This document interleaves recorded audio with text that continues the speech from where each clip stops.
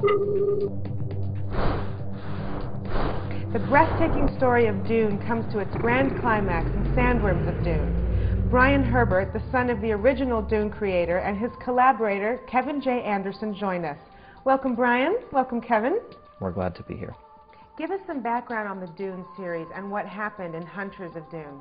Well, my father, Frank Herbert, had an idea in the 1950s for this incredible science fiction series, and it was published to very little notice in 1965, but it's become a classic that will be read for hundreds of years. And Frank Herbert wrote 6 Dune novels, and his series kind of ended on a cliffhanger when he passed away. And Brian and I have picked up the candle and written some other Dune novels, and now Hunters of Dune and Sandworms of Dune are the chronological grand climax of this whole story, and it wraps up many of the threads that Frank Herbert left. Tell us how you came across this hidden treasure. After Dad died in 1986, we didn't know there were any notes, and we found them 11 years later, a couple of computer disks and a printout entitled Dune 2, and it's written in Frank Herbert's handwriting right on the old-style floppy disks, and that was just an incredible thing to find. I mean, I was stunned. I couldn't believe it was there. I didn't know they existed.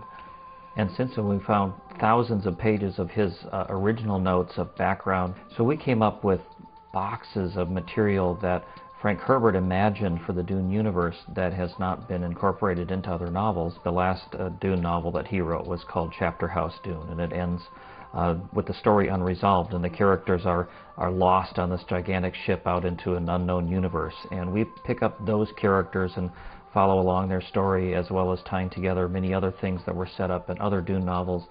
So fans of the series will see everything they like, some of their favorite characters, some nasty villains, some giant sandworms, and of course the spice melange. So in this 2-part series, you finally reveal the mysterious enemy only hinted at in previous books. The fans were waiting more than 2 decades to get the answer to this, and what we find out is there is a group of women called the Honored Matres who are very vicious and violent, and they're destroying many planets and chasing our characters. And we find out in Frank Herbert's last novel that they're actually on the run from something even worse. And now in Hunters of Dune and Sandworms of Dune, we reveal what that is. What's the significance of the title? Sandworms are practically the most famous part of the Dune universe. You have to have sandworms in a Dune novel. Well, the sandworm guarding the melange, the spice sands of the planet Dune, is like the ancient dragon guarding the treasure, the cave. So Dad has brought mythology forward and made it interesting. But it's ultimately about surviving in a hostile environment and adapting and having balance. How do you hope this book will be received by fans of the original series? Frank Herbert established like a 25,000-year history with this whole Chronicles, and Dune just seems like a universe full of possibilities, and we want to keep telling the stories. Tell us about your collaboration.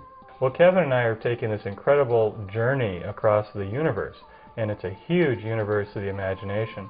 And we both have similar visions of where we're going, and we've come up with similar ideas simultaneously. We love working together. I respect his imagination, he respects mine. We both have different strengths when we're writing, and I think the books come out far stronger than anything either of us could have done individually. Thanks for joining us. Thank you, Marie. Thank you very much. Devoted fans of the Dune series will finally see the threads of different storylines come together in Sandworms of Dune.